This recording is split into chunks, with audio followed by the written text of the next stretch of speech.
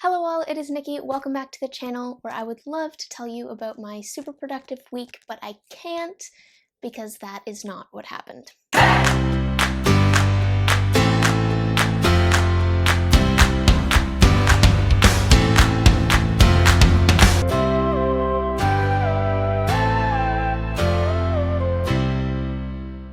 So the day that I am filming this video is exactly 1 week from the first day of NaNoWriMo, which I vlogged about. I will put the link to that video in the description below and also at the end of this video and potentially up here somewhere. That was a pretty good day for writing. I was able to get my 2,000 words in. I had a really good time making the video. It was sort of a vlog video, which I don't normally do. I felt like the story itself was getting off on the right foot. I was excited about where it was going. All great things. But since then, I have not been able to maintain that trajectory. Things have gotten progressively less productive as the week went on. Part of the problem is probably that those first 2,000 words that I wrote on day one were mostly from little clips that I had written even before Nano started, so there wasn't a lot of writing from scratch going on that first day. I kind of knew that. Even as I was getting excited about those 2,000 words, I knew that it was going to be significantly more difficult in the days that followed to meet that 2,000 word goal. Writing from scratch just takes me forever. I'm not efficient at all. And I'm now realizing that writing 2,000 words daily on top of the writing that I have to do for school and stuff is probably not going to happen. Also, as fun as it was to make that video and to dedicate most of that day to NaNoWriMo, it kind of screwed me up for the rest of that week because I missed a class. I got to the end of that day and was like, oh yeah, school's a thing. I had an online class this afternoon that I completely forgot about because I was just so preoccupied with making my video and writing NaNoWriMo stuff. It wasn't that big a deal. I was able to catch up on it later, but it still kind of like threw me off. And I feel like after that I was trying to recover and I was just really struggling to like get any traction with school stuff. I got a lot of assignments that week and found it really hard to get going on any of them. I just didn't like how I felt. I was not very productive, and it sort of made its way into my writing too, because I definitely wasn't as productive as I wanted to be with my writing. I wanted to have 14,000 words done by the end of the week.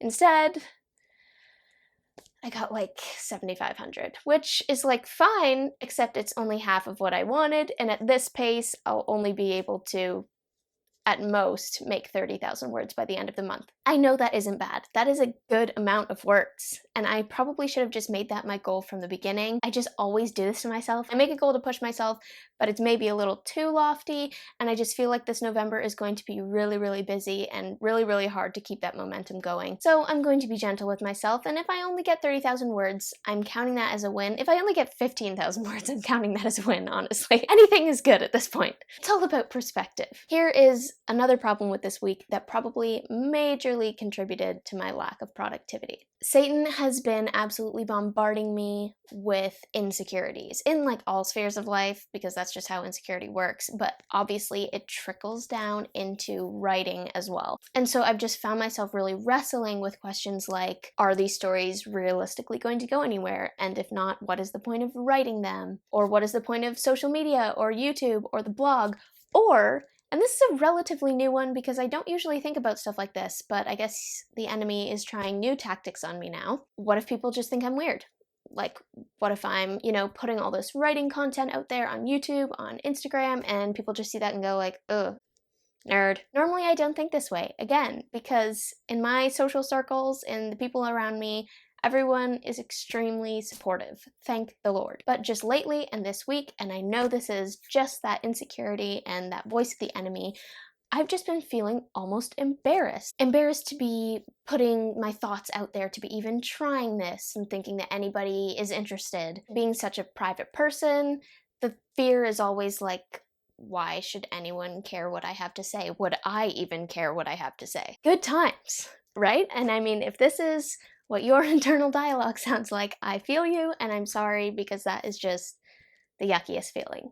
Being insecure is like generally lousy, but I also feel like it's lousy in a specific way for creatives, and in this case for writers, let's say, because so much of what we're trying to do falls fairly exclusively on us. Like, writing your story is something that only you can do. No one else is going to do it for you.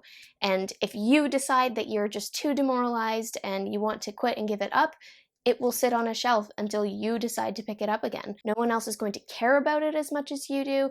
No one's going to market it or go to bat for it the same way you will. So there is a lot of pressure on us, and it's something that generally people can't really understand. No one's going to understand your story or your love for your story the way that you do, other than God. God is the exception to all these rules, but you know what I mean. If you're like me and you're just a little writer trying to go the distance and make it one day, you'll know that it can be pretty daunting sometimes, because there just are so many people that are doing it so well, and so many people that are doing it but not necessarily doing it well, but you can just get lost in like the seas of people that are all trying to reach for the same goal you are. And what makes me think I could do it if the next person can't do it? What is special about my writing? And so you can kind of lose confidence in your writing and lose confidence in the goal and in the dream, and it can just make everything feel kind of icky. It can be really tempting in those situations to just say, you know what, no one would even notice or care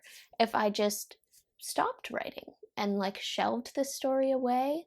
No one would be the wiser, move on to a more productive hobby. Here's the thing, maybe they wouldn't notice, but that is way beside the point. If you love it, if you love writing, which I do, and I'm sure that you do too, it is worthwhile already. Even if it doesn't go anywhere, even if it's not a career eventually, it's already worthwhile because you enjoy doing it. And if God has given you a passion for that, that's an outlet, that's something you get joy out of. It can be something that draws you closer to Him. Like, enough said, that's a great thing. And that's hard to come to terms with, and I know that because there's always that desire for it to be more than just a hobby. For sure, totally get it. But it's something that I'm coming to terms with more and more. I found myself more able to sort of relax, to put it in God's hands, and to think, you know what, if I don't become a writer as a career, if this doesn't go all the way, if I don't become a published author, but I can just write stories because I love to write stories, that's still a win. And that's obviously on my best days that I'm able to think like that, instead of getting hung up on all the things that I want to happen with my story. But I still count it as a blessing that I'm able to even get there some days, because in the past, I wasn't able to think that way at all. I thought that if I don't become a published author, then this is all pointless and I should just stop. That is not true. If it brings you joy, if God is using it to speak into your life, to inspire you, to bring you closer to Him, to use your gifts, then it is worth it already. Also, you never know what is going to happen down the road, and if you quit now, you never will know. There could be things coming around the corner that could totally change your entire writing adventure, so just keep going.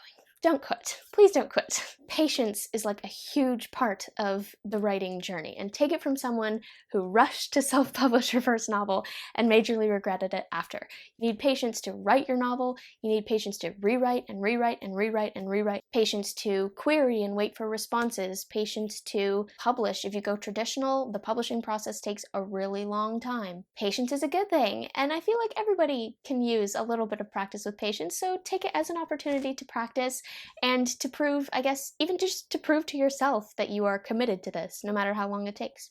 And finally, not everyone is going to love your writing social media or your writing YouTube channel or your stories. That is just a fact. But guess what? The people who do engage with you on those platforms and who do follow you and who do like your stuff are the people that are your supporters. They are on your team. And they're the people that matter, because their support is what's gonna help you get where you're going. It doesn't matter if like there are some people who won't like your content. I found myself worrying about that and had to just realize, like, well, there will be people who don't like my content, who aren't interested in writing or who aren't interested in what I have to say. Understandable. People are way too diverse for everybody to love any given thing.